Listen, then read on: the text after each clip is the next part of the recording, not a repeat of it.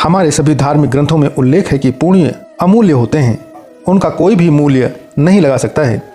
पुण्यों के मूल्य के ऊपर हम एक कथा आपके साथ साझा करने जा रहे हैं। मित्रों, एक व्यापारी था। वह जितना धनी था उतना ही दान पुण्य करने वाला था। वह सदैव यज्ञ पूजा आदि करवाता रहता था। एक यज्ञ में उसने अपना सब कुछ दान कर दिया। अब उसके पास परिवार चलाने के लिए भी पैसे नहीं बचे। व्यापारी की पत्नी ने सुझाव दिया कि पड़ोस के नगर में एक बड़े सेठ रहते हैं, वह दूसरे के पुण्यों को खरीदते हैं। आप उनके पास जाइए और अपने कुछ पुण्य बेचकर थोड़े पैसे ले आइए, जिससे कि फिर से काम धंधा आप शुरू करें और हम पुनः कुछ धन एकत्रित कर सकें। अपने पत्नी की इन बातों को सुनकर व्यापारी बहुत ही चिंतित हुआ, क्योंकि उस व्यापारी की पुण्य बेचने की बिल्कुल भी इच्छा नहीं थी। लेकिन अपनी पत्नी के दबाव और बच्चों की चिंता में वह पुण्य बेचने के लिए तैयार हो गया। पत्नी ने रास्ते में खाने के लिए उस व्यापारी को 4 रोटियां बनाकर दे दी। व्यापारी उन 4 रोटियों को लेकर नगर की ओर चल पड़ा। व्यापारी चलता चलता उस नगर के समीप जा पहुंचा, जहां पूर्ण खरीदार सेठ रहता था। व्यापारी को भूख लगी। नगर में प्रवेश करने से पहले उसने सोचा भोजन कर लिया जाए।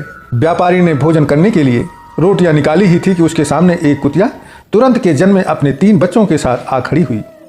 कुतिया ने अपने बच्चे जंगल में जन्म दिए थे। बारिश के दिन थे और उसके बच्चे छोटे थे, इसलिए वह उन बच्चों को छोड़कर नगर या किसी गांव में नहीं जा सकती थी। व्यापारी को उस कुतिया के ऊपर दया आ गई। उसने एक रोटी कुतिया को खाने को दे दिया। कुतिया पलक झपकते ही रोटी को चट कर गई, लेकिन वह अब भी भूख से हाँफ रही थी। व्यापारी ने दूसरी रोटी और फिर तीसरी और फिर 4 रोटियां कुतिया को खिला दिया। व्यापारी खुद केवल पानी पीकर अपना पेट भर लिया।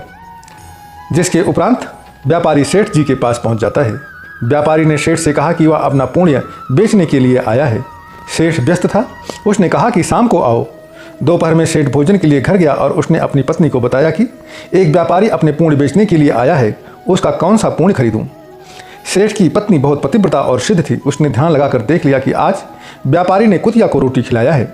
उसने अपने पति से कहा कि उसका आज का पुण्य खरीदना, जो उसने एक जानवर को रोटी खिलाकर कमाया है, वह उसका अब तक का सर्वश्रेष्ठ पुण्य है। व्यापारी शाम को फिर अपना पुण्य बेचने आया। सेठ ने कहा, आज आपने जो यज्ञ किया है मैं उसका पुण्य लेना चाहता हूँ। व्यापारी हंसने लगा। उसने कहा कि अगर मेरे पास यज्ञ के लिए पैसे होते तो मैं क्या आपके पास पुण्य बेचने के लिए आता। सेठ ने कहा कि आज आपने किसी भूखे जानवर को भोजन कराकर और उसके बच्चों के प्राणों की रक्षा की है, जो यज्ञ से बढ़कर है। मुझे वही पुण्य चाहिए। व्यापारी वह पुण्य बेचने के लिए तैयार हो गया। सेठ ने कहा कि उस पुण्य के बदले वह व्यापारी को 4 रोटियों के वजन के बराबर मोती देगा।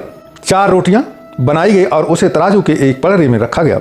दूसरे पलड़े में सेठ ने एक पोटली में भरकर हीरे जवाहरात रखे। पलड़ा हिला तक नहीं। दूसरी पोटली मंगाई गई, फिर भी पलड़ा नहीं हिला। इसके उपरांत पोटलियों पे पोटलियां पलड़े में रखी जाने लगी, लेकिन रोटियों वाला पलड़ा अभी भी हिल नहीं रहा था।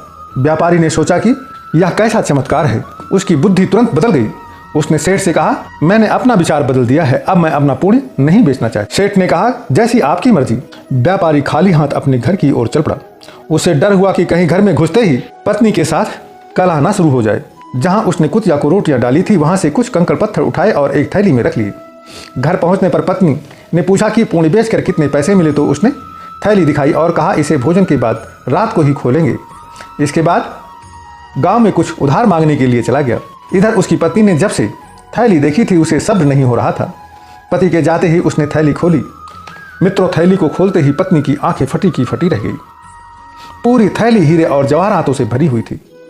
व्यापारी घर लौटा तो उसकी पत्नी ने पूछा कि पुण्यों का इतना अच्छा मोल किसने दिया, इतने हीरे जवाहरात कहाँ से आए।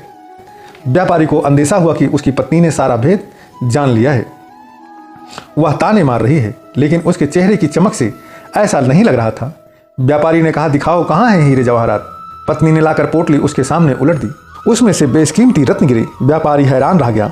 फिर उसने अपनी पत्नी को सारी बातें बता दी। पत्नी को बहुत ही पछतावा हुआ कि उसने अपने पति को विपत्ति में पुण्य बेचने के लिए विवश किया है। दोनों ने तय किया कि वह इसमें से कुछ अंश निकालकर पुनः व्यापार को शुरू करेंगे। शेष धन को वह पुण्य के काम में लगाएंगे और इसके बाद भी व्यापार से प्राप्त होने वाले धन में से एक बड़ा हिस्सा जन कल्याण में लगाएंगे। तो देखा मित्रों, पुण्य का कोई मूल्य नहीं होता है। ईश्वर आपकी परीक्षा लेता है। परीक्षा में वह सबसे ज़्यादा आपके उसी गुण को परखता है जिस पर आपको गर्व होता है। अगर आप परीक्षा में खरे उतर जाते हैं तो ईश्वर आपके अंदर वह गुण हमेशा के लिए वरदान स्वरूप में प्रदान कर देते हैं। अगर परीक्षा में अनुत्तीर्ण हुए तो ईश्वर उस गुण के लिए किसी और योग्य व्यक्ति की तलाश में लग जाते हैं। इसलिए विपत्ति काल में भी भगवान पर कभी भी भरोसा न खोएं। भगवान पर हमेशा विश्वास रखकर सही राह में ही अग्रसर होना चाहिए। यदि आप सच्ची श्रद्धा और विश्वास के साथ सबका अच्छा करने की सोचेंगे और सबके साथ अच्छा करेंगे तो आपके लिए भी कंकड़ और पत्थर अनमोल रत्न बन सकते हैं। हमारा आज का यह प्रदर्शन आपको कैसा लगा? कृपया अपने विचार को कमेंट के माध्यम से अवश्य व्यक्त कीजिएगा। धन्यवाद। प्रेम से बोलिए जय श्री हरि महाविष्णु जी की।